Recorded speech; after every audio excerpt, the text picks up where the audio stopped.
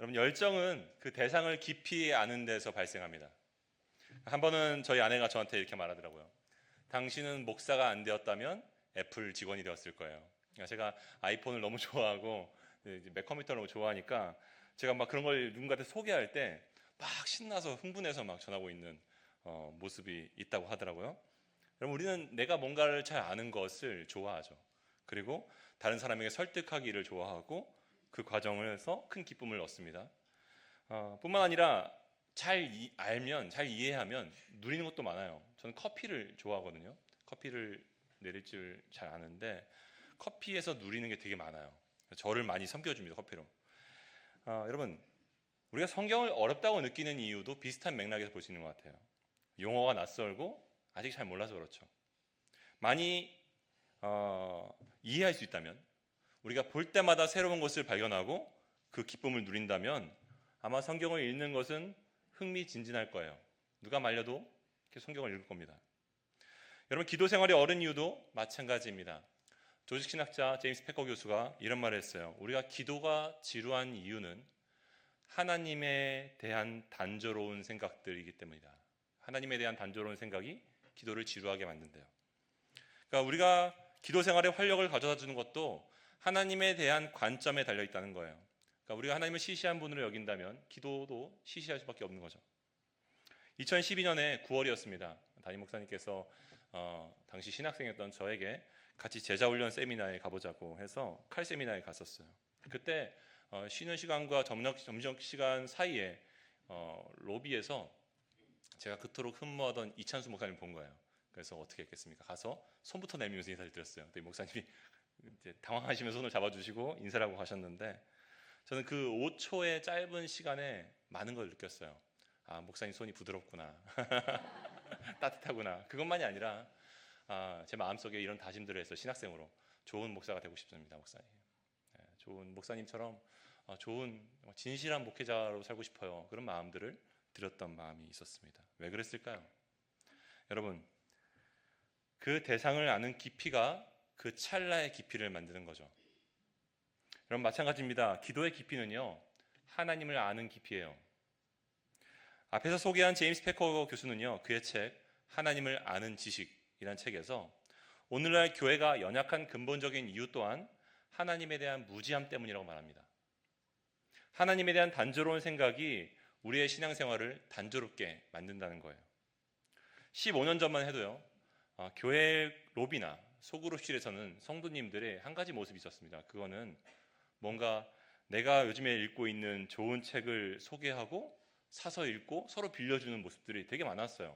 정말 흔한 모습이었습니다. 책을 한 권씩 끼고 다니시는 분들이 많았어요. 하나님을 아는 깊이가 있었던 거죠.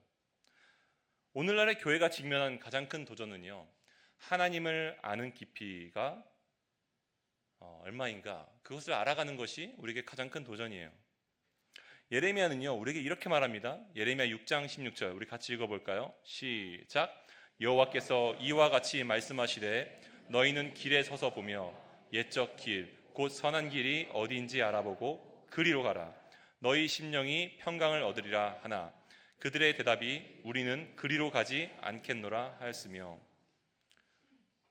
오늘 우리는 새로운 길이 아니라 옛 길, 우리의 믿음의 선배들이 걷던 그 길로 돌아오라는 요청을 받고 있습니다. 바로 하나님을 아는 지식이에요. 하나님을 아는 지식을 사모하는 길. 여러분, 오늘 우리는 세 가지를 좀 살펴보기 원합니다. 먼저, 왜 우리의 기도 생활이 메마르는지.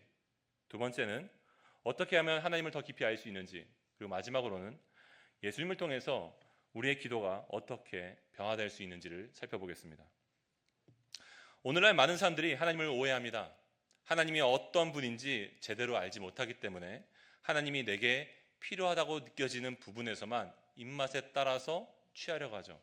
마치 자판기처럼요. 그런 모습이 감리교 목사 윌버 리스에게 들어온 겁니다. 그래서 그가 3,000원치 하나님이라는 시를 썼어요. 제가 읽어드리겠습니다. 나는 주님의 작은 일부만을 사고 싶습니다. 내 영혼을 깨뜨리지 않을 정도만, 수면을 방해받지 않을 만큼만, 내 인생이 사로잡히지 않을 만큼만, 따뜻한 우유 한 잔만큼이면 됩니다. 나는 3,000원치만 하나님을 사고 싶습니다. 호주머니에 넣을 만큼만. 흑인을 사랑하거나 이민자들과 삶을 나눌 만큼은 말고요. 내 마음을 바꾸지 않아도 될 정도만. 시간이 날 때 교회에 가고 싶은 마음이 들 정도만. 햇볕을 받으며 낮잠을 즐길 수 있을 정도면 됩니다. 나는 변화를 원하는 것이 아니라 즐거움을 원합니다. 영원한 생명에 500g만 사서 종이 봉지에 담아 들고 싶습니다. 만약 그 이상을 사야 한다면 무르고 돈을 되돌려 받겠습니다. 나는 3,000원치만 하나님을 사고 싶습니다.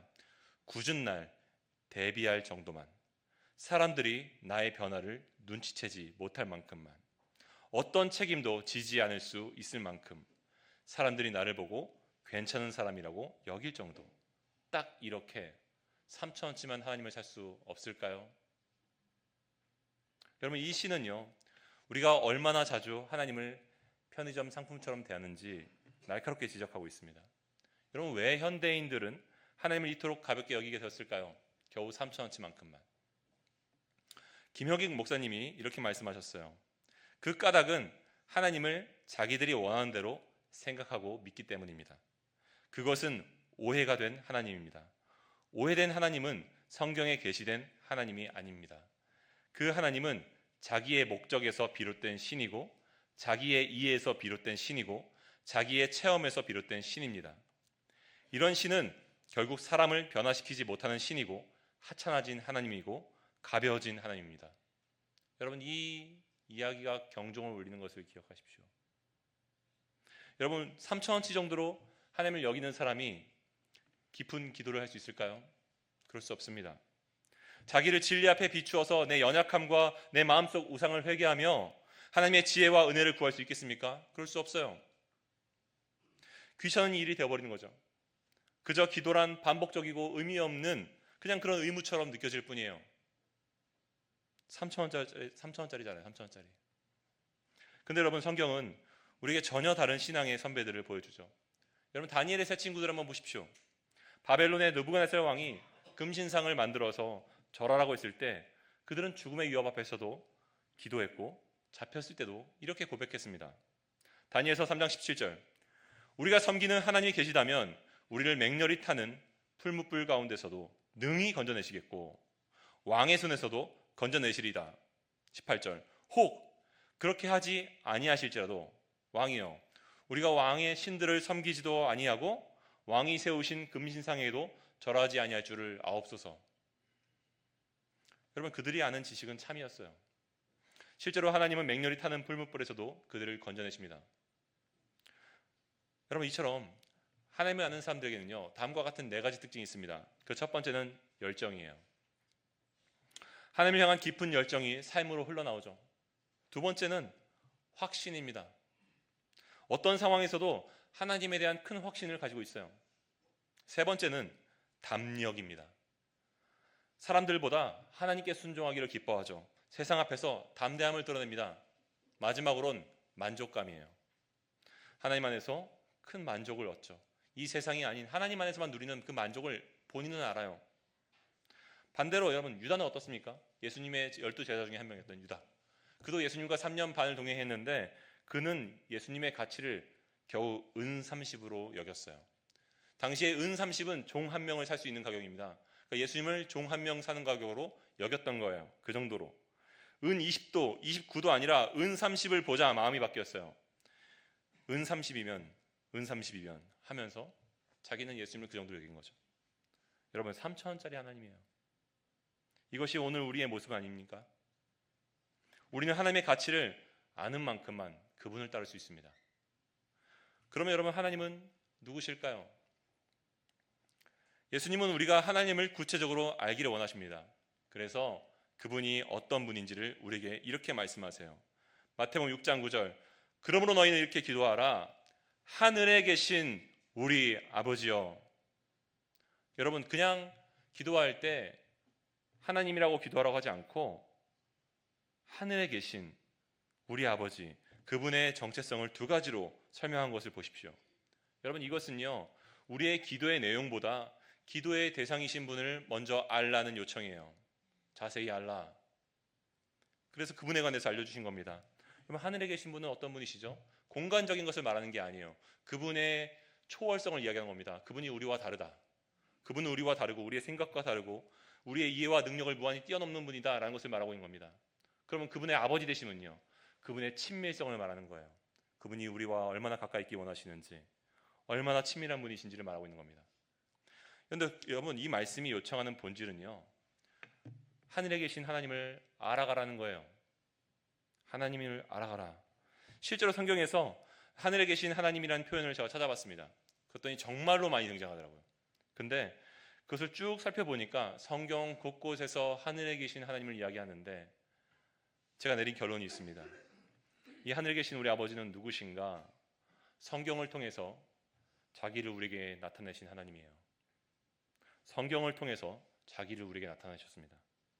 여러분, 위대한 설교자 존 파이퍼 목사님은 자기가 일평생 성경을 읽어왔던 이유를 이렇게 말합니다. 내가 성경을 경험한 지난 70년의 세월은 주로 내 쪽에서 붙들려는 싸움이 아니라 오히려 내가 아름다움, 즉 영광에 붙들려 살아온 축복이었다.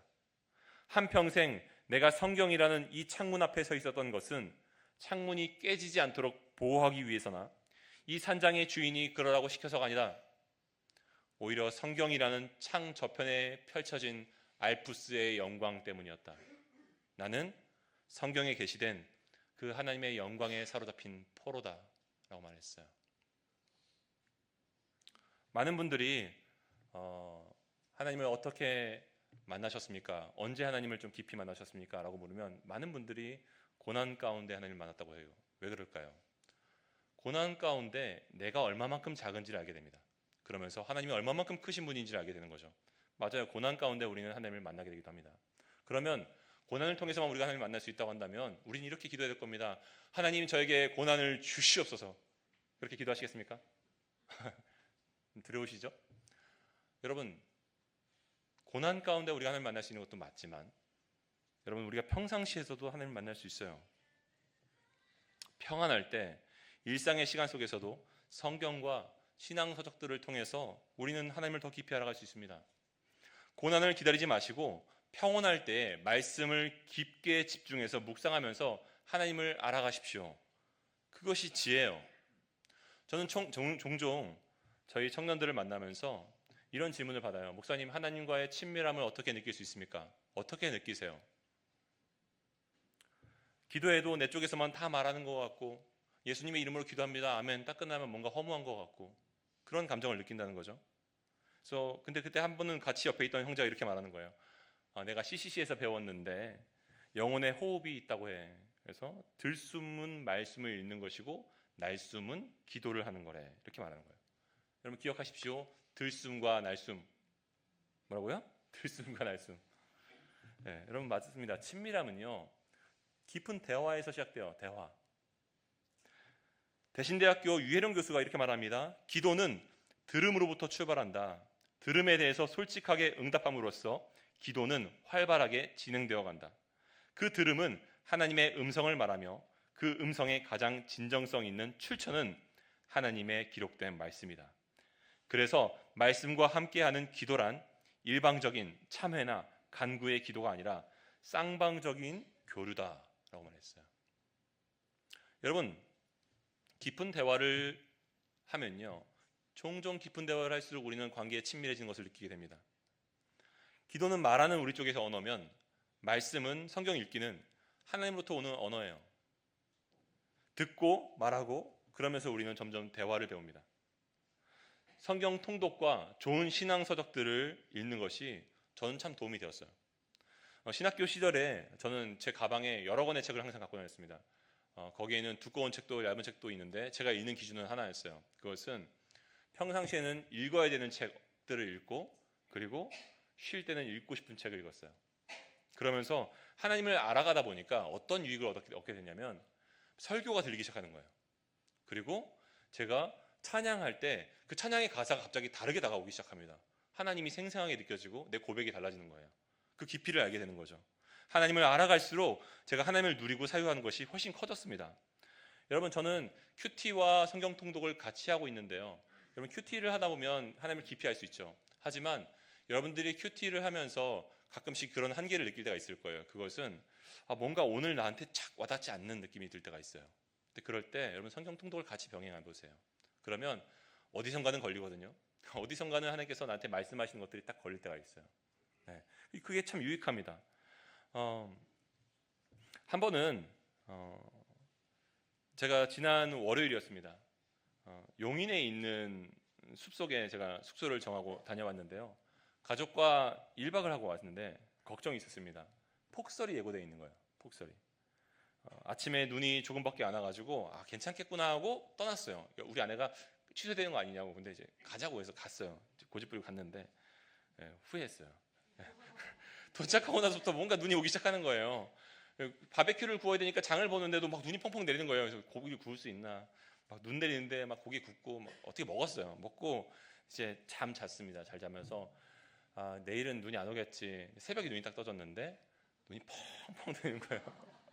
여러분 제가 갔던 곳은 산중에 있었거든요. 되게 캄캄하고 그리고 되게 이제 내려오기가 힘든 곳이었어요. 차는 저 밑에다가 내려놓고 올라왔는데 뭐 눈길이라서 올라갈 수가 없어서 차를 내놓고 왔는데 걱정이 산더미였습니다. 그래서 근데 그때 이제 잠깐 기사를 하나 찾아봤는데 진짜 A4 용지가 뭉클어진 것처럼 차가 압착된 그 교통사고를 본 거예요. 그래서 기도했어요. 하나님 내일 아침에는 눈이 없게 해주십시오 하고 딱 아침에 눈을 딱 떴는데 할렐루야 눈이 엄청 많이 온 거예요. 저를 하나님을 의존하게 만드시더라고요. 그래서 아이들은 자고 있고 제가 이제 큐티 하러 말씀책과 함께 들고 성경책과 들고 내려갔습니다. 그래서 성경을 읽고 있는데요. 마침 제가 읽고 있는 본문이 그 출애굽기였습니다. 80의 나이에 하나님이 모세를 떨기나무 아래에서 부르시는 장면이 나오는 거예요. 이제 가라 내가 너를 바로에게 보낼 테니 내 백성을 이집트에서 데리고 나와라. 모세가 얘기합니다. 목사님, 하나님 제가 누구라고 이집트에서 데리고 나올 수 있겠습니까?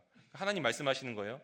네가 그 백성을 데리고 나올 때 너희는 이 산에서 하나님을 예배할 것이다. 여러분 제가 이 말씀을 읽는데 이 산에서 저희 가족을 데리고 나오라고 말씀하시는 것 같은 거예요. 눈이 이렇게 많이 오는데 저는 막 취소할까 생각하고 있는데 제가 그래서 말씀드렸죠.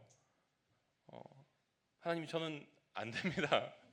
저는 못합니다. 전 좀 더 있을게요. 이런 마음이 막 드는 거예요. 근데 저 앞에 빗자루가 보이는 거예요. 창가에 빗자루가 보이는 거예요. 그래서 계속 말씀을 읽어갔어요. 불평하는 마음으로. 10개의 재앙을 지나서 결국 이스라엘 백성들이 구원함을 받습니다. 할렐루야. 여러분 하나님이 그들을 구원하셨고 모세는 순종했습니다. 그리고 하나님을 찬양하고 있는 거예요. 그래서 기도했습니다. 하나님 제가 가족들을 위해서 먼저 눈을 쓸겠습니다. 마침 그 빗자루가 있잖아요. 저 아래 제 차가 주차된 큰 길까지는 200m가 넘었지만 거기까지는 제가 어떻게 쓸어볼 테니 그러면 하나님 차가 세워진 큰 길가에는 제설이 되어 있게 해주십시오. 저희 가족 모두 다 안전하게 차를 운행해서 갈 수 있게 해주시고 가장 완벽한 날을 주신 하나님을 찬양할 수 있게 해주십시오. 그렇게 기도했어요. 여러분 우리가 말씀을 읽을 때 기도가 쉬워져요. 뭔가 말씀을 읽으면요 어떤 부분에서 그 말씀이 감동을 줄 때가 있습니다. 그럼 기도가 쉬워집니다. 마치 파도 위에서 서핑하는 것처럼 기도가 쉬워져요. 여러분 말씀을 읽고 기도해 보십시오. 저도 항상 성경책과 어떤 신앙서적을 같이 들고 기도실에 들어가거든요. 읽으면서 기도해요. 읽으면서 와닿는 부분에서 기도하고 읽으면서 와닿는 부분에서 기도해요. 그럼 기도가 쉽게 됩니다.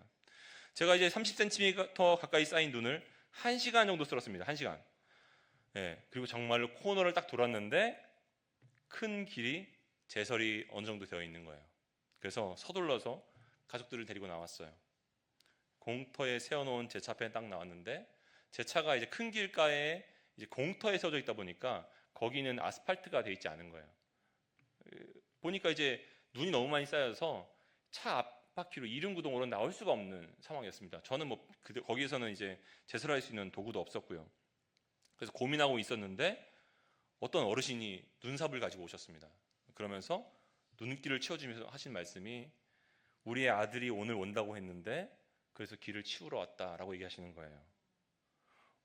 돌아오는 길에 저희 아내가 이런 말을 했습니다. 그 아저씨를 만나지 않았으면 큰일 날 뻔했다. 참 다행이다 라고 했어요. 제 마음속에 무슨 생각이 들었냐면 기도의 응답이었구나 라는 것들을 느꼈어요.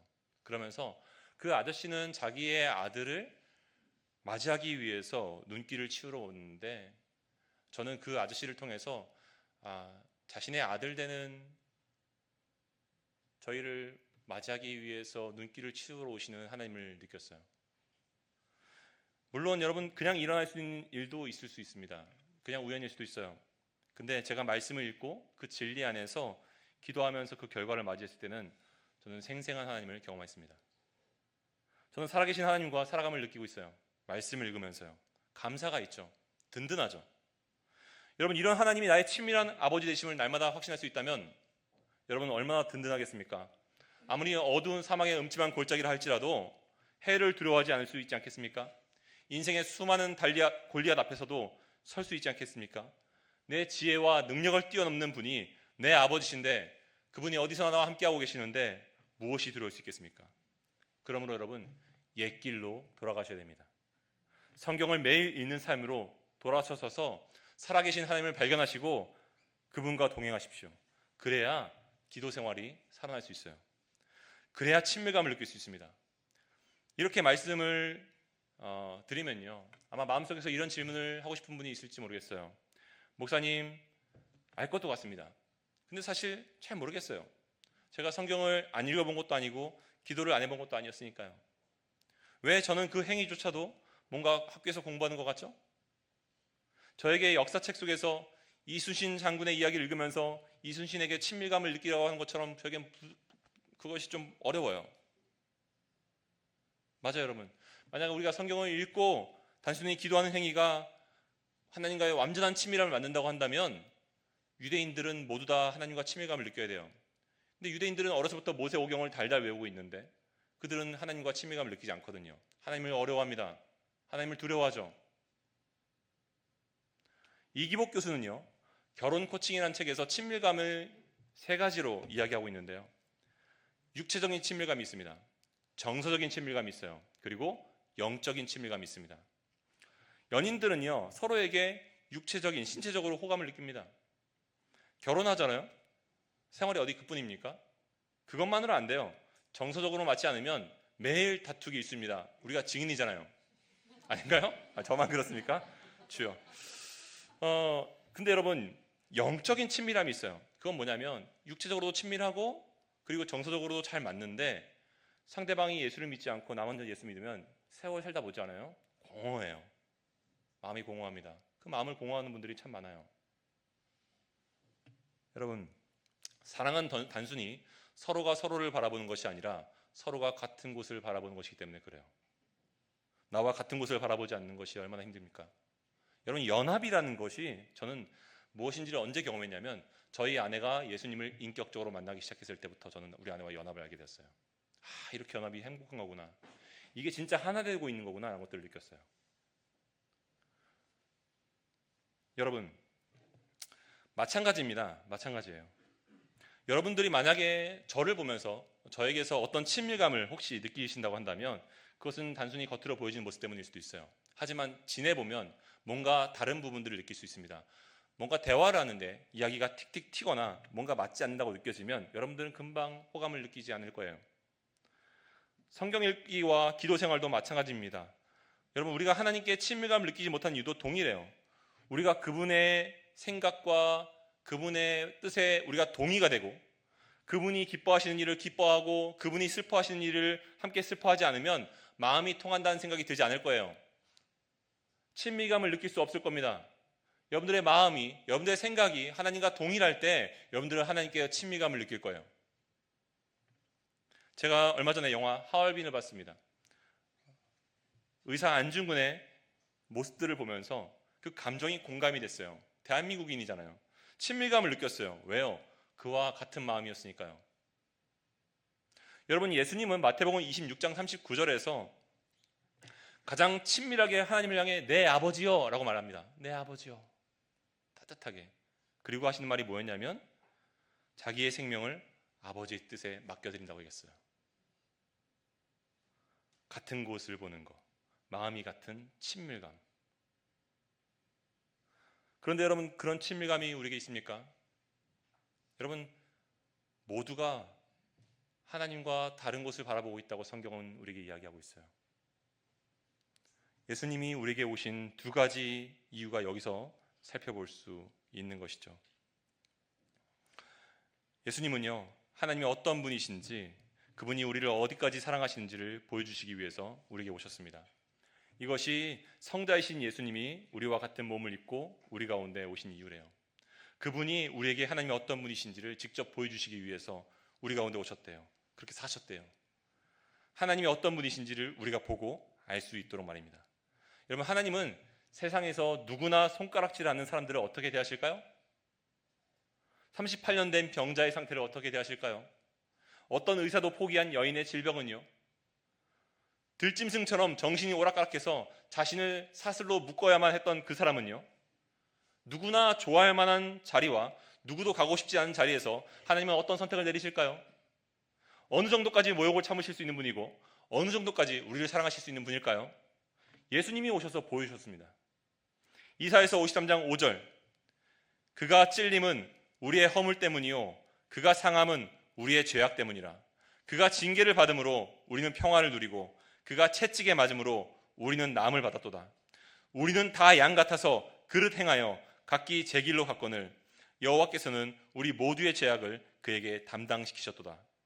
그가 곤욕을 당하여 괴로울 때에도 그의 입을 열지 아니하였으며 마치 도수장으로 끌려가는 어린 양과 털 깎는 자 앞에서 잠잠한 양같이 그의 입을 열지 아니하였도다. 그러므로 바울은 로마서에서 이렇게 말합니다. 우리가 아직 죄인 되었을 때에 그리스도께서 우리를 위하여 죽으심으로 하나님께서 우리에 대한 자기의 사랑을 확증하셨느니라. 그러면 이제 우리가 그의 피로 말미암아 의롭다 하심을 받았으니 그로 말미암아 진노하심에서 구원을 받을 것이니라. 아멘.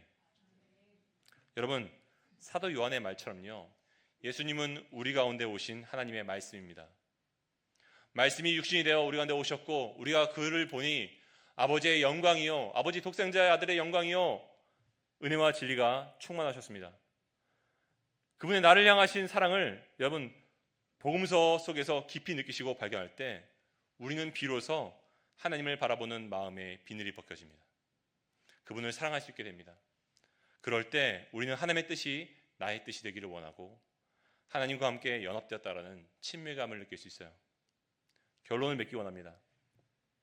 여러분, 유다는요 예수님과 3년 반을 동행했지만 결국 은 30에 주님을 팔았어요. 그에게 예수님은 고작 3,000원짜리 하나님이었습니다. 오늘 우리도 마찬가지일 수 있습니다. 평생 교회를 다니고 매일 기도를 드린다 해도 메마른 신앙생활을 느낄 수 있어요. 마치 소화가 되지 않은 음식처럼 영혼에 아무런 생기를 주지 못한 채 말입니다. 많은 사람들이 그래요. 그런데 여러분, 오늘 예수님은 우리에게 다른 길을 보여주십니다. 하늘에 계시는 우리 아버지라고 부르라 가르치시면서 그분이 얼마나 위대하시고 동시에 우리에게 가까우신 분이신지를 알아가라고 초청하세요. 믿음의 선진들이 걸었던 옛길입니다. 단순히 지식을 쌓기 위해서가 아니라 사랑하는 이의 마음을 알아가듯이 성경을 읽으십시오. 신앙의 깊이를 더하는 책들을 통해서 하나님의 성품을 묵상하십시오. 그리고 무엇보다 복음서 속에서 예수님을 만나십시오. 모든 성도는 책의 사람이 되어야 됩니다. 존 파이퍼 목사가 고백했듯이 우리도 성경이란 그 창문을 통해서 펼쳐진 하나님의 영광에 사로잡힌 사람이 되어야 됩니다. 그때 우리는 기도가 달라질 수 있어요. 의무감에서 벗어나 사랑하는 아버지와의 대화가 시작될 수 있습니다. 형식적인 습관이 아니라 살아있는 만남이 될 수 있습니다. 이것이 예수님께서 우리에게 가르쳐주신 기도의 핵심이에요. 하나님을 진정으로 알아가는 것, 그리고 그분의 사랑을 가슴 깊이 느끼고 거기에 반응하는 것, 이것이 기도의 출발입니다. 이 시간 우리 함께 좀 기도하는 마음으로 좀 찬양했으면 좋겠는데요. 주께 가까이 날 이끄소서. 오늘 말씀을 기억하시면서 주님께서 단순히 우리에게 기도하라고 말씀하지 않으세요. 나를 알라고 말씀하세요. 나를 먼저 알 때 우리의 기도가 깨어날 수 있습니다. 주께 가까이 날 부르시는 금성 가운데 우리 반응하며 이 고백 올려드렸으면 좋겠습니다. 주께 가까이 날 이끄소서. 간절히 주님만을 원합니다. 주님, 내게 먼저 채워주소서. 주의 사랑을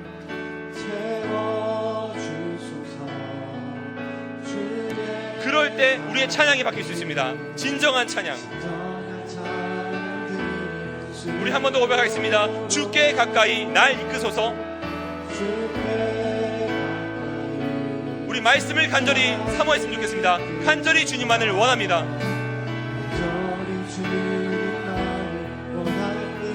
주님 먼저 제게 채워주소서. 채워주소서. 주의 사랑을. 그럴 때 진정한 찬양 들을 수 있습니다. 말씀에 목마른 나의 영혼 가운데 주님 부르십니다. 하나님을 알기 원합니다. 그 말씀으로 나를 만져주옵소서. 나의 맘 만져주소서. 주님만을 원합니다. 더욱더 원합니다.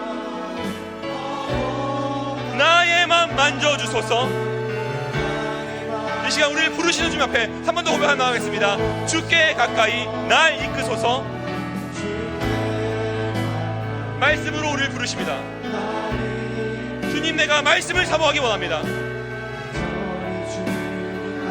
주님, 제가 성경을 읽을 때 저에게 하나님을 아는 지식을 채워주소서. 주의 사랑을. 그럴 때 우리는 찬양할 수 있습니다. 진정한 찬양 드릴 수 있도록 목마른 나의 영혼 주를 부르니 말씀으로 내 마음 만져주옵소서. 주님, 제가 주님 알고 따르기 원합니다. 주님만을 원합니다. 더욱더 원합니다. 나의 마음 만져주옵소서. 우리 한번 더 고백하겠습니다. 목마른 나의 영혼 주를 부르니 주님, 내가 주님을 사모합니다.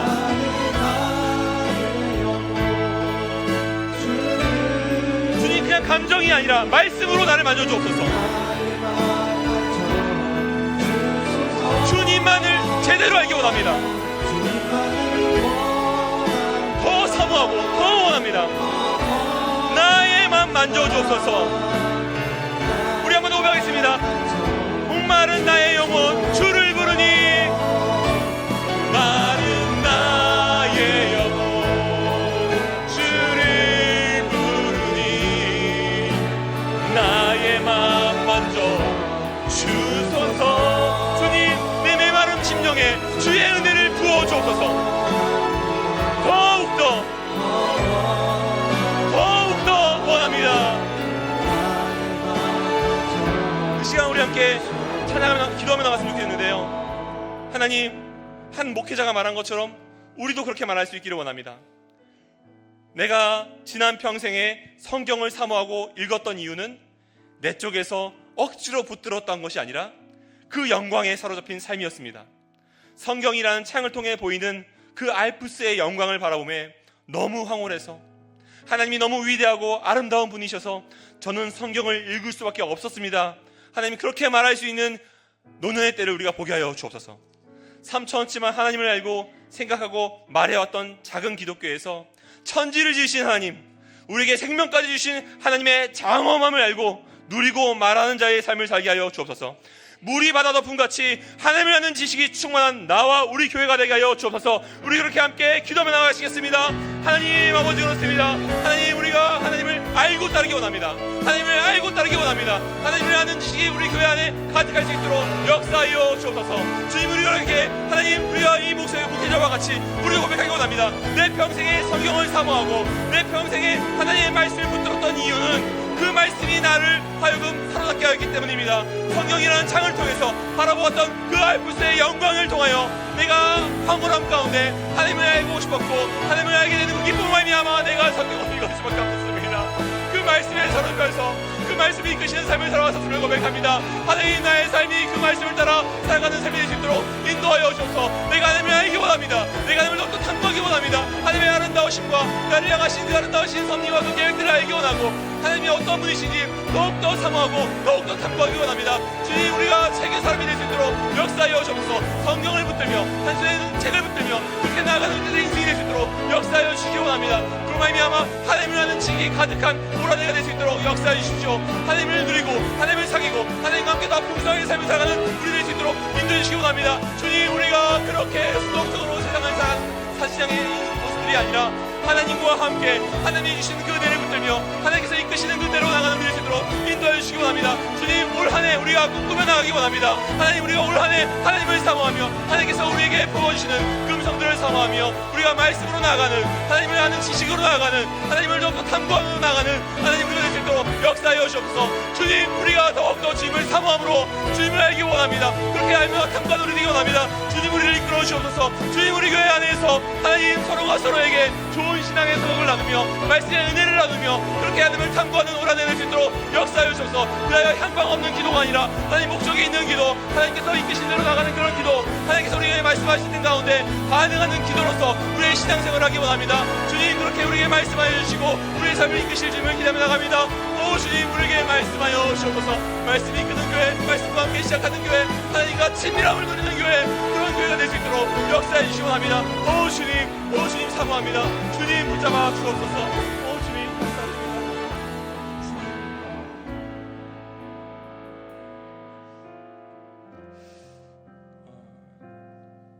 연초에 담임 목사님께서 올해 우리 교회의 주제 찬양이라고 우리에게 소개해 주신 곡이 있습니다.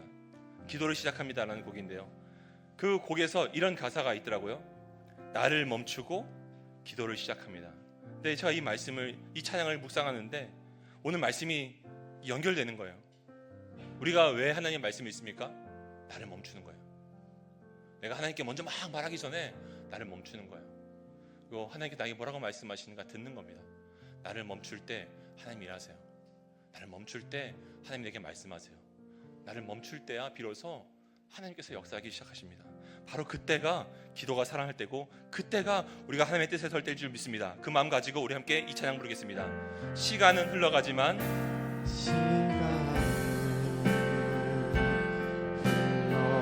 주님은 영원하십니다.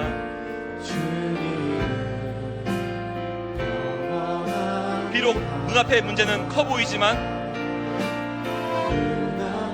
저는 더 크신 주님을 찾습니다. 더 크신 주님을 찾습니다. 모든 것 변해가지만 주님은 불변하십니다. 여러분, 우리는 얼마나 연약합니까? 우리는 연약해서 흔들리지만 그때 무엇을 붙듭니까?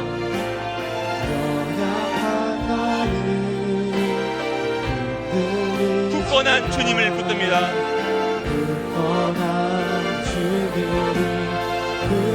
나를 멈추고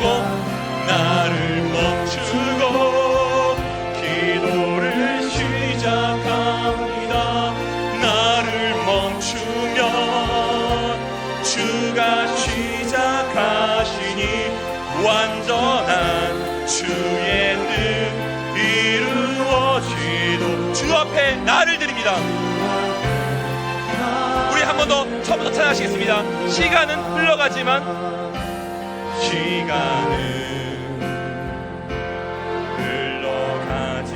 주님은 영원하십니다. 비록 지금 내 앞에서는 그 문제가 커 보이지만 눈앞의 문제 우리의 주님은 그보다 더 크신 분이십니다.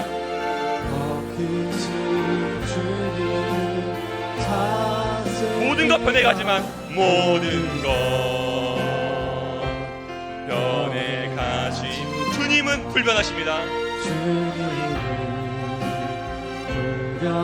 연약한 우리는 흔들리지만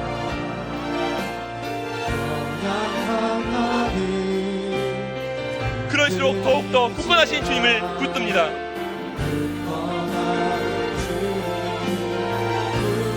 나를 멈추고 기도를 시작합니다. 나를 멈추면 주가 시작하시니 완전한 주의 뜻 이루어지도록 주 앞에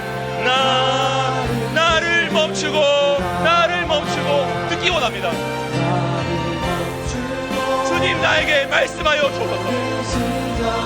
나를 멈추면 그때서야 비록 주가 시작하시니 주님 내가 멈추기 원합니다. 완전한 주의 뜻 이루어지도록 주 앞에 우리 마지막으로 한번 더 기도하겠습니다. 나를 멈추고 기도를 시작합니다.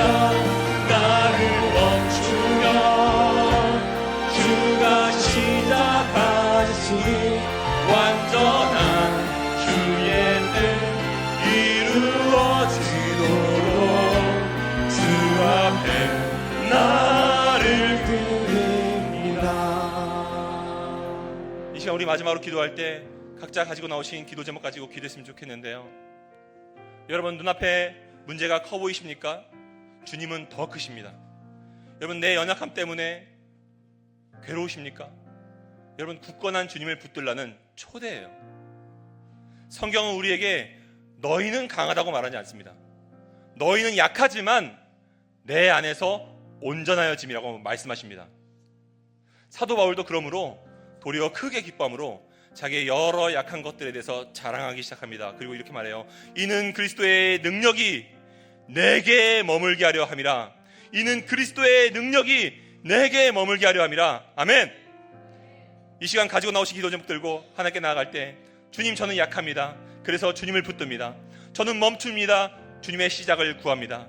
내 삶 속에 하나님의 뜻을 말씀해 주시고 목자 되시는 하나님, 이 문제도 내 삶도 가장 선한 길로 인도하여 주옵소서. 우리 그렇게 주여 한번 부르짖고 기도하며 나아가시겠습니다. 주여! 하나님 아버지 그렇습니다. 하나님 우리의 삶 가운데 우리가 멈추고 저 앞에 나가기 원합니다. 나의 약함을 고백하며 하나님의 크심을 의지하며 나가는 우리 되기 원합니다. 아버지 내가 흔들리지만 흔들리는 내가 아닌 아버지 흔들림 없는 굳건하신 하나님을 붙들며 하나님과 함께 살아가는 우리가 되기 원합니다. 나를 멈추며 주와 함께 이 삶을 시작하는 우리가 될 수 있도록 인도하여 주옵소서. 하나님 문 앞에 문제가 있습니까? 우리 성도님들의 어떤 문제가 처해 있습니까? 하나님 건강의 문제, 가정의 문제, 하나님 믿지 아니하는 가족의 문제, 하나님 어떤 문제가 그 앞에 있습니까? 어떤 문제일지라 할지라도 그 문제 가운데 하나님을 의지하는 그 초대 앞에 하나님을 의지하며 나가는 우리 귀한 성도님들 수 있도록 역사하여 주옵소서. 그 모든 시간들이 우리에게 축복이 될 줄 믿습니다. 하나님을 의지했던 그 모든 시간들이 우리로 하여금 하나님과 더 친밀하게 만들고 우리로 하여금 영원하신 하나님을 붙들고 영원하신 축복을 누리게 되는 귀한 도구가 될 줄 믿사오니 하나님 우리로 하여금 그 모든 상황들 가운데 하나님께 나아가게 하여 주옵소서. 우리를 초대하신 하나님, 우리를 포기하지 않으시고 우리를 인도하신 하나님 감사드립니다. 주님 사랑합니다. 아버지의 그 은혜로 말미암아 우리가 이 자리 가운데 서 있었고 하나님의 은혜 때문에 여기까지 있었음을 고백합니다. 하나님의 그 놀라우신 지혜와 그 크신 능력을 사랑하며 그 은혜를 찬양합니다. 주께서 우리를 여기까지 인도하신 하나님의 은혜 때문에 하나님 우리가 감사하게 여기까지 왔음을 고백합니다. 우리의 남은 평생 가운데도 우리를 인도하여 주옵시고 역사하여 주옵소서.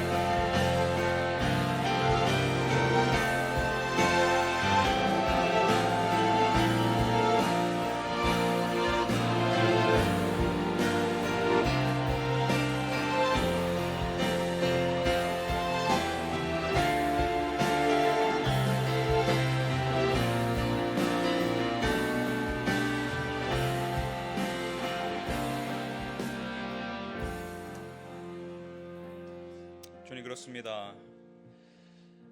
참 우리의 어리석음과 연약함 때문에 하나님의 광대하심을 놓치고 살았습니다. 눈앞에 보이는 현실이 전부인 것처럼 거기에 완전히 짓눌려가지고 하나님이 계심을 입으로는 고백하지만 우리의 삶의 고백이 되지 못했음을 회개합니다. 그러나 그런 연약한 우리를 버리지 않으시고 하늘에 계신 우리 아버지가 되셔서 나의 한계를 넘어서시며 언제나 가장 선한 길로 인도하시는 아버지가 되신다는 그 믿음이 우리 안에 다시 한 번 더 작동하길 원합니다. 우리 모든 성도들이 처한 현실적인 문제, 그것이 아무리 크다 할지라도 하나님은 더 크십니다. 우리를 둘러싼 세상의 소리가 아무리 크다 할지라도 주의 말씀의 능력이 더 위대하고 크신 줄로 믿습니다. 주님, 우리를 멈추겠습니다. 날마다 내가 앞서서 내가 판단하고 내가 결정하는 인생이 아니라 주님의 말씀에 잠잠히 기울이며 당신께서 말씀하시는 것에 반응하며 내 삶을 토로하며 나아가는 우리의 한 걸음 한 걸음이 될 수 있도록 역사하여 주시옵소서. 특별히 주님, 우리 성도들 가운데 어려움 처한 성도들 하나님 포기하지 않도록 도와주십시오. 하나님을 향해서 마음 돌리지 않도록 도와주십시오. 오히려 그럴 때일수록 더욱더 주께로 가까이 가는 복된 기회가 될 수 있도록 주님 인도하여 주시옵소서. 이제는 우리 주 예수 그리스도의 은혜와 하나님의 사랑과 성령의 충만케 하심이 오늘보다 내일 주님을 더 가까이 알아가고 주님의 말씀에 귀 기울이기로 결정하는 기쁨이 되는 교회 모든 성도들에게 이제부터 영원까지 함께 하시기를 간절히 축원하옵나이다. 아멘.